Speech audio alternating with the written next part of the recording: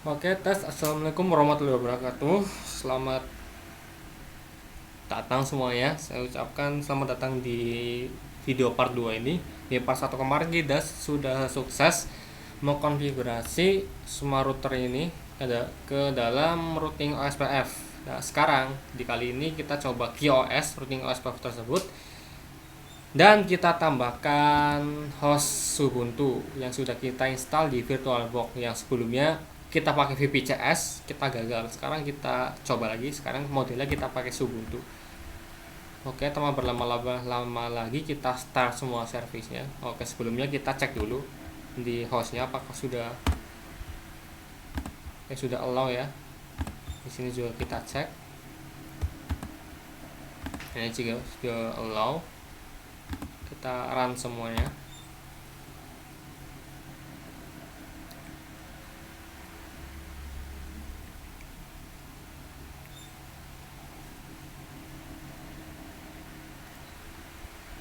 Nah, ini udah run Ubuntu yang jalan di VirtualBox. Ini yang satunya, nah yang satu juga sudah run. Sebelumnya kita cek dulu di R6 ya, apakah masih ada routingnya. Kita buka ke kanan, udah nih. Coba kita buka dulu show IP protocol. Ternyata sudah ada ya routingnya. Kita coba show IP route, juga sudah terdaftar tapi belum semua. Ini coba kita buka juga buat nyalain.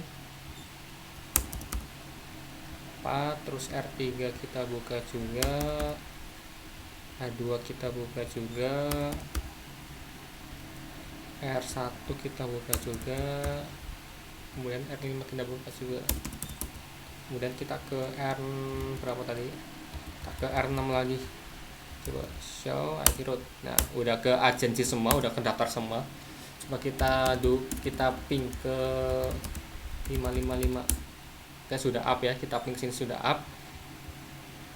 Terus oh ya, ini hostnya tak tambahin aja deh biar enak. Di sini 192.168.1.0 sini. Tiket ini 2.0 berarti. Untuk yang router saya samain, cuma saya hilangin aja biar lebih enak dilihat, lebih rapi, nggak membingungkan. Terus kita coba di Ubuntu-nya ya. Di Ubuntu-nya kita masuk. Satunya lagi juga, satunya masih belum, kita tunggu loading aja.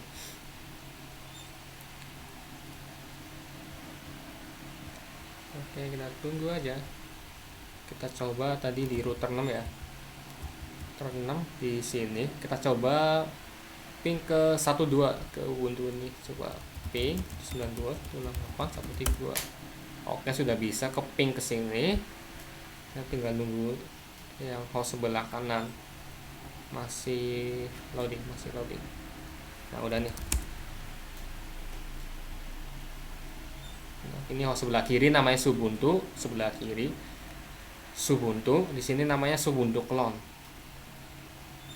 Ini Ubuntu pada sebelah kiri, ini Ubuntu clone pada sebelah kanan. Coba buka terminal.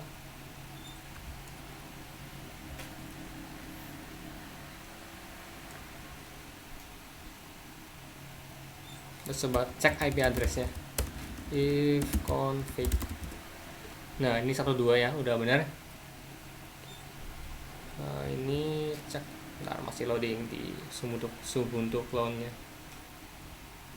Sebelumnya kita coba cek dulu ini, coba siapa tahu ternyata service MPLS nya sudah aku install.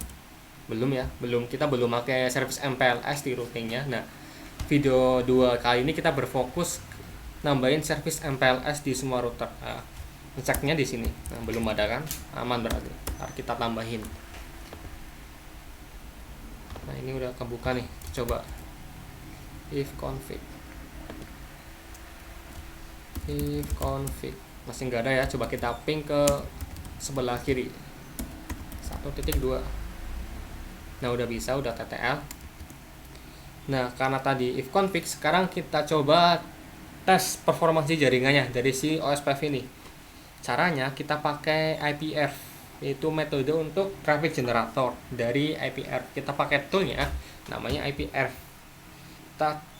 Dalam IPF itu terbagi menjadi dua, yaitu client dan server. Jadi kita tentuin dulu nih mana host yang jadi client, mana host yang jadi server. Bebas yang mana saja, tapi untuk case kita ini jadi server aja dan ini jadi client. Berarti Subuntu 1 jadi server, Subuntu 2 jadi client. Kita buka aja. Berarti yang Subuntu ya. Yang VirtualBox yang ini. Caranya kita ketik IP R3 -S, artinya Subuntu ini jadi server gitu. Enter. Nah, terus kita cek dari sisi kliennya, dari sisi Subuntu clone-nya. Kita ketik IPR 3 -C IP si servernya. Ntar ada kesalahan. Oh iya, salah 12 ya, bukan 11. 11 itu IP routernya. Nah, ini. Nah, itu. Bisa terlihat situ bandwidth-nya 15, transfer rate-nya 1,84. Nah, semakin turun nih. Nah, ini total rata-ratanya. Bandwidth-nya pertama 7,69, transfer rata-ratanya 9,17 Mbps, terus yang kedua itu 8,06, terus bandwidth-nya 6,76 Mbit per second. Kita screenshot aja buat data ya. Screenshot.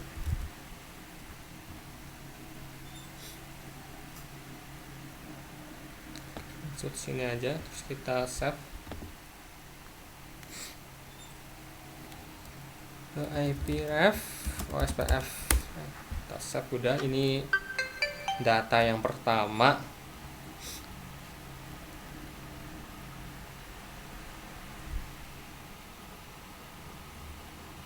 Terus udah ya. Sekarang kita pakai metode yang kedua. Kita pakai WhereSec buat analisisnya. Caranya, sebelum kita analisis, kita harus jalanin dulu nih suatu protokol ataupun suatu service. Nah, service yang kita jalanin hari kali ini kita pakai video streaming. Jadi kita coba jadiin si Subuntu ini jadi streaming server, terus si Subuntu clone ini jadi kliennya gitu. Tanpa berlama-lama lagi, kita langsung ke Subuntu servernya, kita close aja, kita clear, kita jalani VLC, pakainya kita VLC. Udah tau lah teman-teman apa itu VLC.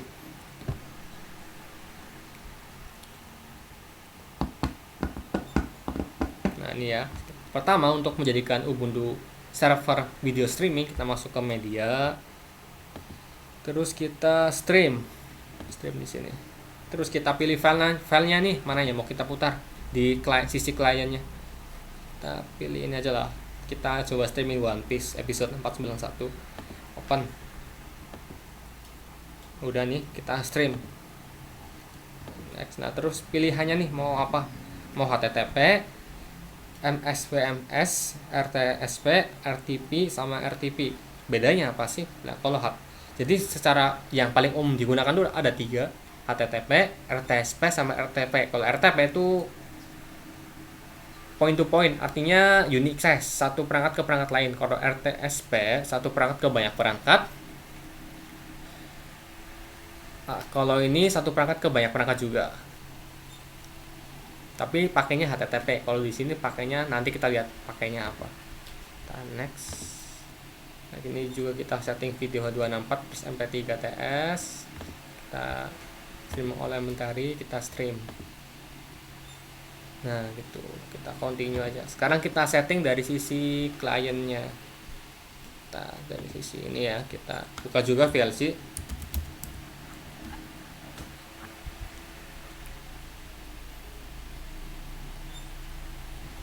Kita media, kita ke stream, add, salah ada kesalahan, kita cancel. Karena kita mau open streaming, kita berarti ke media, open network streaming. Lah, kita masukin IP yang tadi RTP dulu, karena kita pakai RTP. Kita masukin tujuan si servernya yang mau kita streaming. IP kita sendiri kan 22, terus portnya 504 gitu. Ntar tadi ada kesalahan dikit di sini ya. Ini kita belum setting juga, berarti kita di sini. Kita ulang lagi ya, streaming. Terus kita stream. Kita pilih ini, nah terus kita pilih portnya RTP. Terus kita add dulu nih. Tadi kita kelupaan, belum kita add. Kita add. Nah, terus kita masukin IP si pengaksesnya gitu. 2.168.2.2 ya. Kita oke aja, next. Nah, udah nih. Sekarang kita ke host yang kedua. Nah, di sini kita close aja. Benar, kita open network streamer, kita masukkan IP kita, terus kita play. Kita tunggu. Nah, ini udah proses nih. Nah, kedengaran kan? Ini cuma proses loadingnya yang lama, jadi kita tunggu aja. Ini sebenarnya udah jalan sih, tapi nggak muncul karena jaringannya di OSPF ini lelet gitu. Nah, udah ada audionya. Nah, ini lag banget ya prosesnya di OSPF yang pure, belum diapa-apain, tapi sebenarnya udah jalan nih. Nah, kan? Putus-putus tuh. Nah, itu udah jalan tuh. Lag banget ya, tapi oke, nggak apa-apa. Yang penting kita udah bisa jalani streaming per server. Nah, sekarang kita coba analisa di sisi WireSec. Lag banget. Kita coba di sini ya, karena yang ngakses di sini, kita akses di sini aja. Kita klik kanan di interface-nya, start capture. Oke.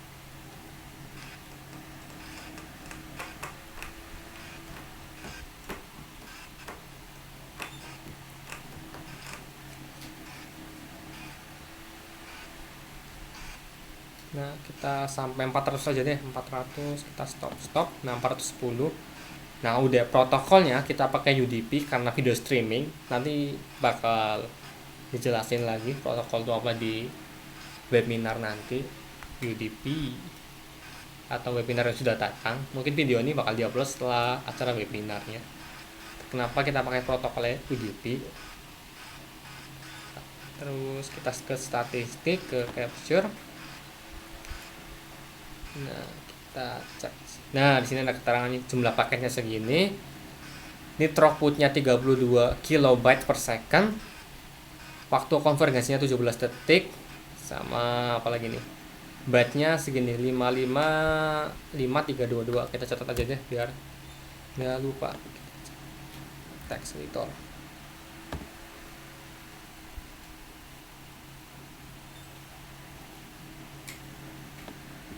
Sini aja ya, kita catat ya. Yang streaming SPF, tulis pertama time span 17,211, terus byte-nya 555 3222, terus output-nya kita cek 32 kbps kilo atau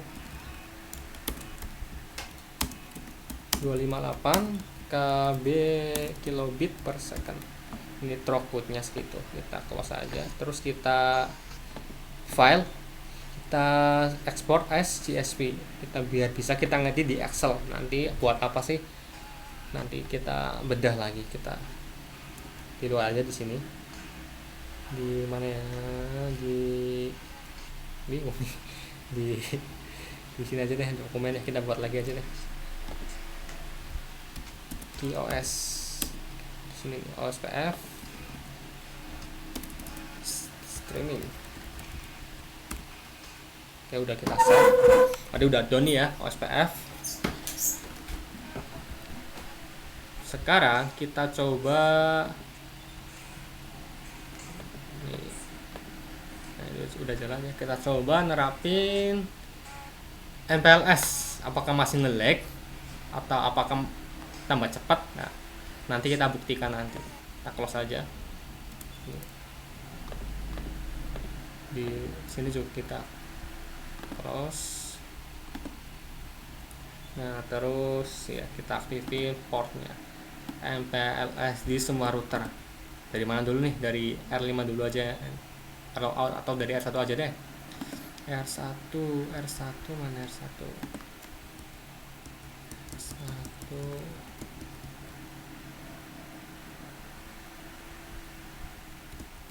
Saya cari dulu R1, kelewatan ternyata. Nah di sini tentunya kita masuk dulu ke konfigurasi terminal. Ketika nih MPLS label protokol LDP, enter. Nah udah nih, udah aktif protokol service MPLS-nya. Tapi di LDP itu kita harus aktifin service di tiap interface yang ada. Berarti kita masuk ke interface ini kita aktifin, kita masuk interface ini kita aktifin, kita masuk ke interface ini kita aktifin gitu. Berarti kita masuk ke T10 dulu. Perintah mengaktifinnya kita ketik MPLS IP. Nah, terus ke sebelahnya lagi gitu 10, masukin MPLS IP juga, ke 30 juga kita masukin MPLS IP. Nah, kalau udah kita cek nih, show MPLS interface. Nah udah ya, udah aktif ya. Nah ini akhirnya udah aktif nih. Sekarang ke R2.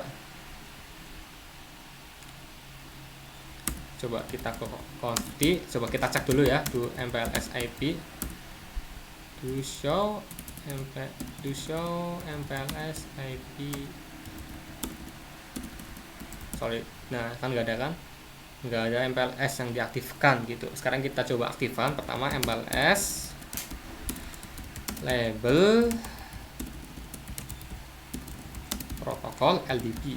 Nah kita aktifkan ke interface yang ada 0, terus MPLS IP ke sebelahnya lagi MPLS IP. Oh ya, kita coba ke kurang L, kurang MPLS IP. Sekarang kita coba ke L0, coba MPLS IP juga. Nah jadi kenapa kita nggak ngaktifin di loopback, karena loopback itu ibaratnya virtual gitu, jadi kita nggak bisa aktifin. Yang nancap aja yang bisa kita aktifin, yang nancap di router aja. Yang loopback itu kan nggak nancap dimanapun, jadi kita nggak bisa kita aktifin gitu.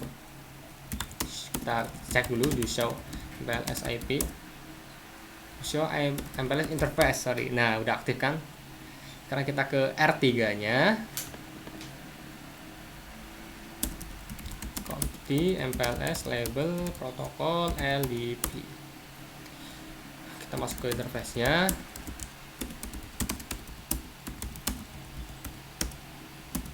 MPLS IP juga udah nih, selesai. Terus ke R4,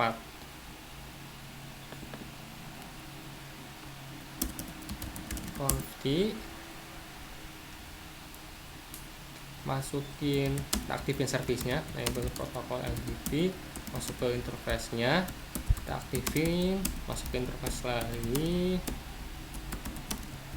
kita aktifin juga MPLS IP, ke interface-nya lagi, kita aktifin juga MPLS IP.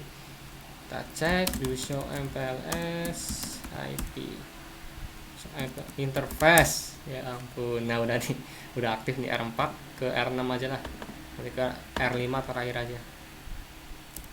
Masuk ke config, kita ketik MPLS label LDP protokol LDP, kita ketik, masuk ke interface, ketik MPLS IP juga. Nah sekarang kita masuk ke R5, ke config juga, kita aktifin dulu. Kita masuk ke interface G20, kita ketikkan MPLS IP. Udah, sekarang kita coba cek show MPLS IP, do show MPLS interface, keliru juga.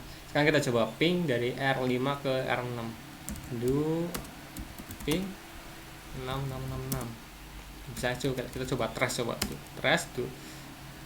do trace 6666. Nah ini kan kalau udah ada MPLS, lihatnya labelnya tuh label 22, label 20, label 19 gitu. Kan kalau biasanya kan cuma gini doang. Nah sekarang pas ada MPLS udah ada labelnya gitu. Kita coba show MPLS di tengah aja deh, di router area 0 di R1 aja. Coba do show MPLS interface neighbor MPLS LDP neighbor. Nah ini terangannya nih, LDP indent artinya tuh LDP tetangganya, LDP sini 2222 ini lokal LDP indent itu LDP nya sendiri di sini. Terus address bound itu IP yang mau kita lewatin. Lah ini lewatnya atas nih, lewat 12 12 24 24 sama 222, interface-nya lewat itu address bound. Terus mana lagi? Nah terus ke sini juga ada ke 555 lokal LDP intinya juga IP ini 111 gitu. Terus address boundnya IP yang lewat ke sini, berarti di ini lewatnya jalur atas nih ke sini ya, bukan ke bawah. Nah, gitu. Kita cek lagi coba ada apa aja di dalamnya. Nah terus coba kita ketik show MPLS interface detail, do show MPLS LDP neighbor detail. Nah ini ada yang lebih lengkap lagi,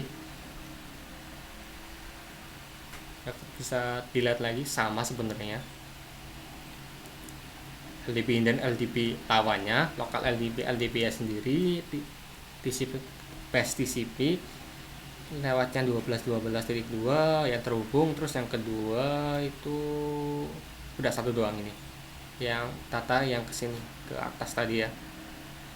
Ada lagi nih, kita ketik more. Nah ini dan dari sini karena lewatnya ke atas bukan lewat ke bawah itu. Coba kita cek ke R3, siapa tahu tadi saya kelupaan. Sini kita ketikkan show MPLS IP. Oh iya, kita N aja deh, show MPLS IP, show MPLS IP detail.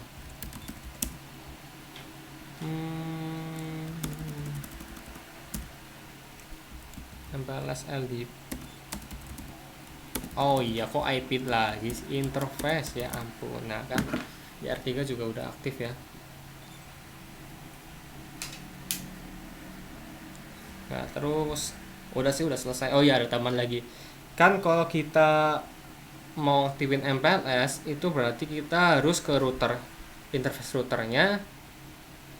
Nah terus kita aktifin di tiap interface lah, itu kan kelamaannya. Kalau misal ada 10 interface, kita harus masuk ke 10 interface semua, artinya itu membuang-buang waktu lah. Makanya di MPLS itu disediain fitur MPLS auto config. Maksudnya kita nggak perlu masuk ke tiap interface buat ngaktifin MPLS IP-nya, tapi kita hanya perlu masuk ke mana coba, ke routernya. Nah di router, di service router OSPF-nya kita aktifin service MPLS LDP gitu. Bagaimana caranya? Nah, kita coba langsung aja. Kita biar nggak kelamaan waktu, kita pakai itu aja deh. Kita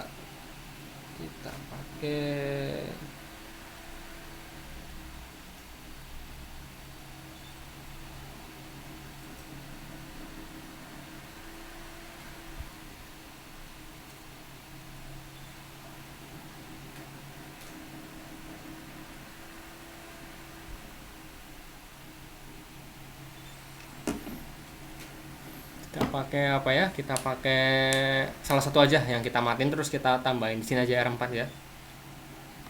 Nah kalau kita end dulu, kita masuk conf, terus kita cek dulu do show MPLS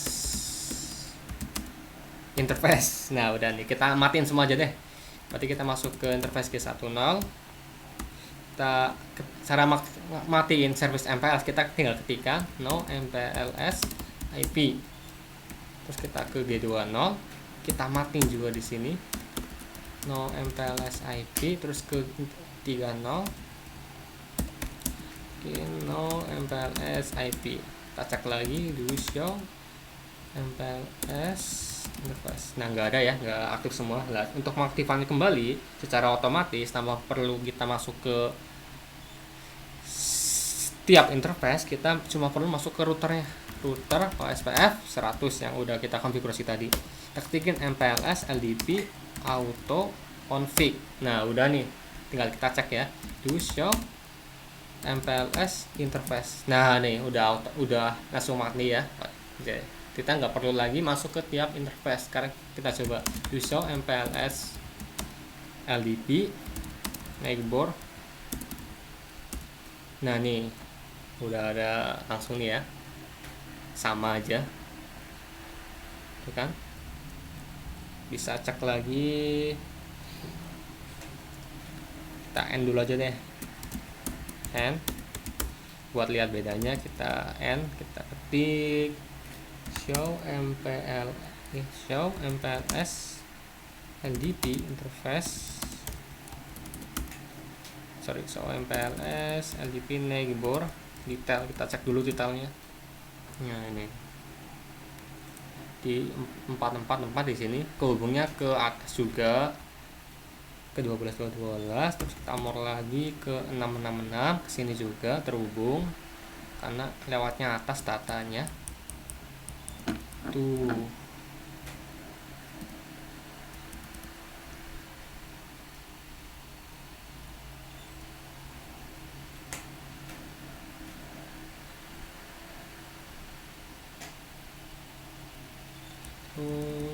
Enter. Nah kita coba pakai perintah show MPLS forwarding label. Nah ini label dari MPLS nya, labelnya 16 pop ini destination nya kan, kali ini destination nya ke sini ke 2222 atau ke 666 ke sini itu. Ini popnya. Interface ini interface lain yang lewat ada label 20 16. Label yang keluar tuh ada 20 dari 111, berarti ini dari sini ada label 20 gitu. Labelnya sendiri di sini tuh 16. Next hop-nya, lompatannya. Nah itu keterangannya. Kita coba lebih detail lagi buat lihat perbedaannya di mana aja. Oke.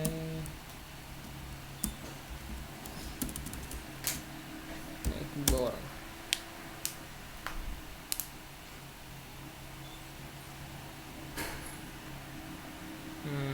Oke, sekarang kita coba matiin deh di sini ya. Kan tadi datanya lewat sini ya, MPLS-nya ya. Kita coba matiin di G10-nya. Coba matiin bentar.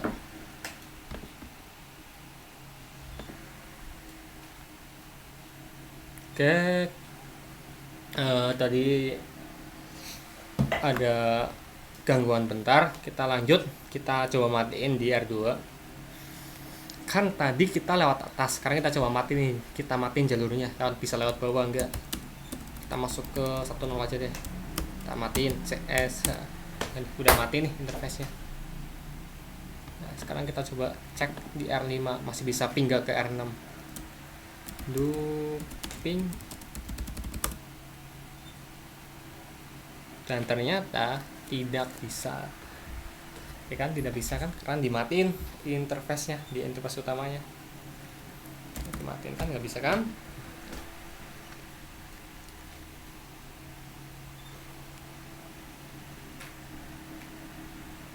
Nah nggak bisa. Show IP root. Nah R3 ini nggak ke agensi nih. Kita ternyata di R3 belum ke agensi dari awal. R3 ini kita belum bisa connect ke R1 ini. Tapi to show IP root. Oke ya, R3 ada masalah dengan routing OSPF nya. Kita coba, nah kan kita SH-RAN aja deh.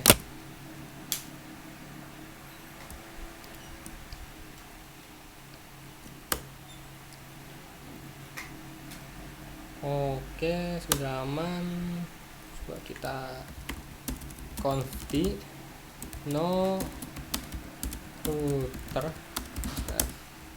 100. Kita buat lagi aja router OSPF 100. Networknya 13.13.0 ya 0 ya 333 0 0 0 area 0 juga, terus 34 area 0.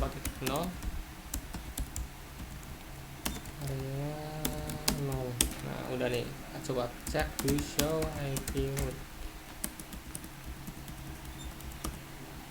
Masih belum bisa juga ya, jadi jalurnya nggak mau lewat bawah karena ada gangguan di sini. Berarti lewatnya atas terus, si labelnya diarahin lewat atas itu. Kita ke mana di routernya, ke sini ya, ke duping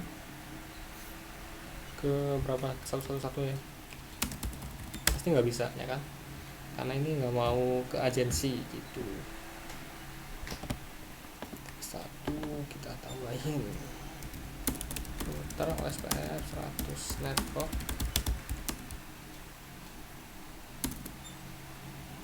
Kita dulu aja di sini deh, show. Oke, sudah aman.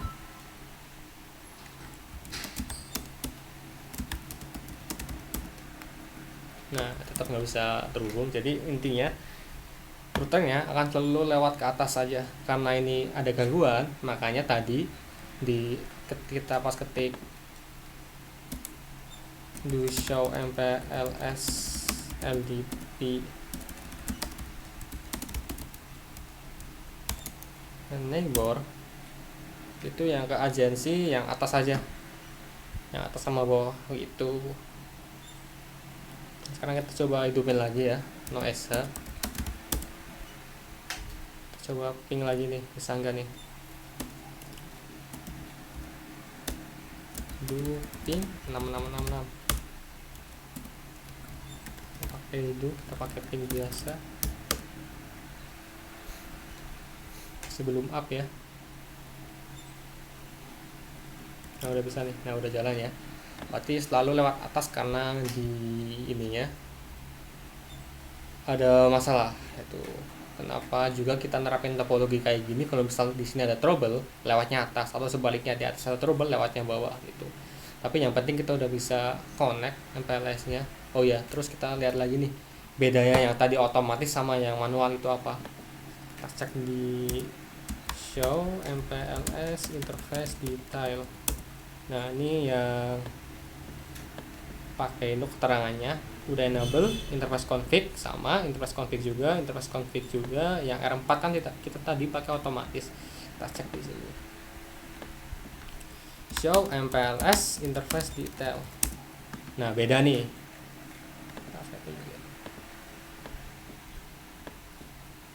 R1 mana dia R1.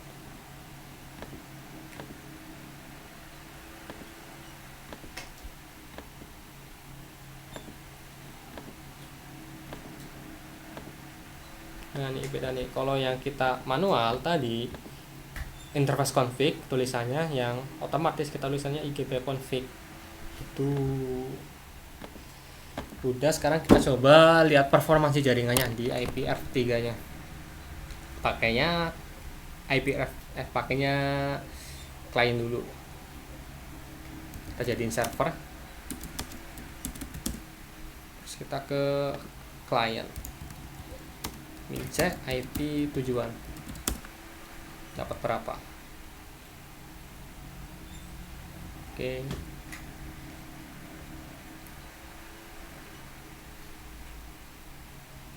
Nah, ini dapatnya 10 sama 9. Screenshot.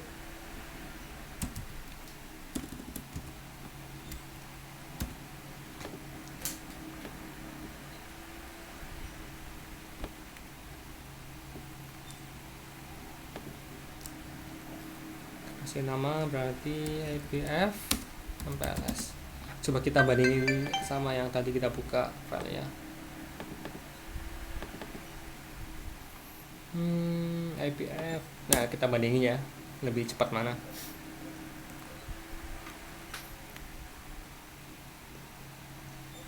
Nah, ini yang MPLS nih, dapatnya satu transfernya, kecepatan transfernya 11,3 Mbps dengan bandwidth 9,51 megabit per second. Tapi yang OSPF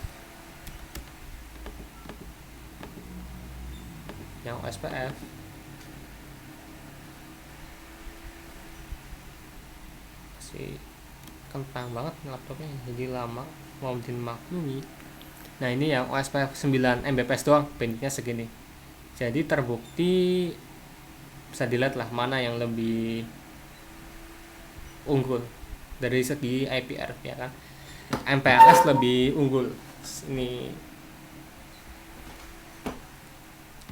Nah, ini MPLS sampai di atas 10. Tapi buat si ini cuma di bawah 10 ya, cuma 7 doang. Jadi terbukti MPLS lebih unggul performasinya di generator traffic pakai IPF3. Sekarang kita coba pakai VLC ya.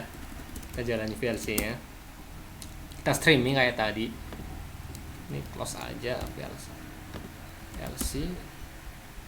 Kita jadiin si client ini jadi streaming juga.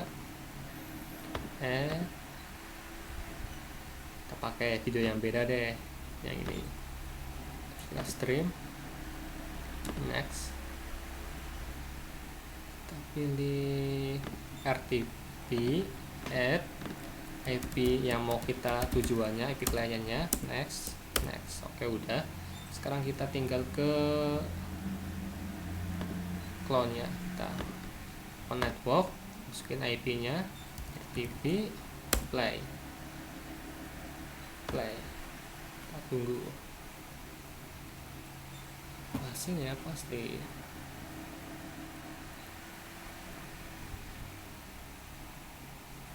Nah, sepertinya bakal nge-lag juga karena kita simulasinya pakai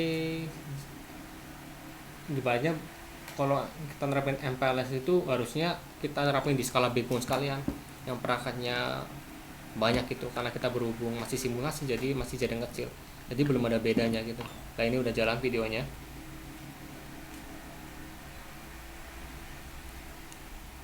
Udah ya, sekarang kita coba capture dari sisi WireShark-nya kayak gini, kayak biasa. Tadi lupa ya, belum di stop ya. Kita capture dari sisi ini.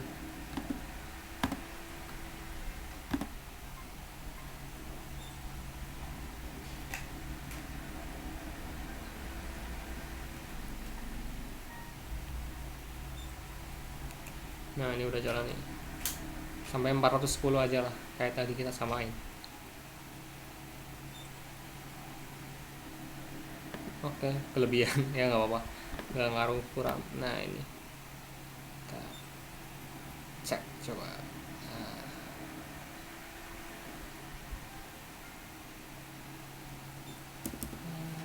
Streaming non OSPF, time span-nya 19, throughput-nya 31, kbps batch-nya 614524. Jadi di sini terbukti. Nah, kalau di sini di WireShark-nya yang paling dominan tuh OSPF walaupun nggak ada, dikit banget bedanya. Kenapa?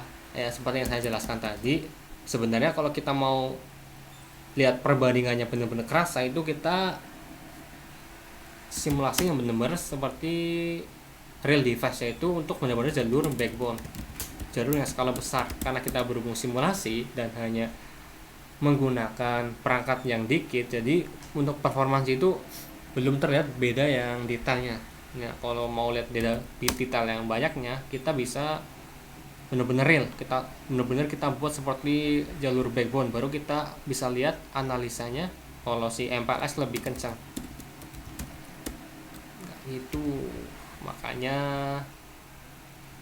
OSPF lebih unggul dikit lah. Ini juga nggak tentu sistemnya juga ya, kadang-kadang OSPF yang MPLS lebih cepat atau kadang-kadang yang MPLS lebih cepat, tergantung perangkatnya juga, tergantung si simulatornya juga, si emulatornya juga. Itu kayak udah selesai. Kita coba lihat di Versak. Nah, ini pakai UDP kalau streaming. Kita coba cek apakah ada LDP nya di sini. Belum ya, belum kebaca ternyata. Kayak UDP ini layer 3 nya, layer 4 nya. Nah, ini data.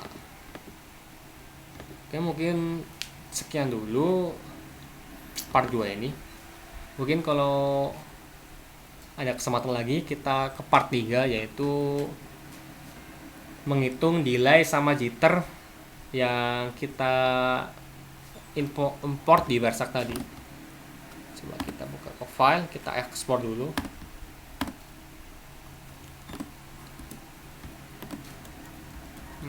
Dokumen. Nah, MPLS.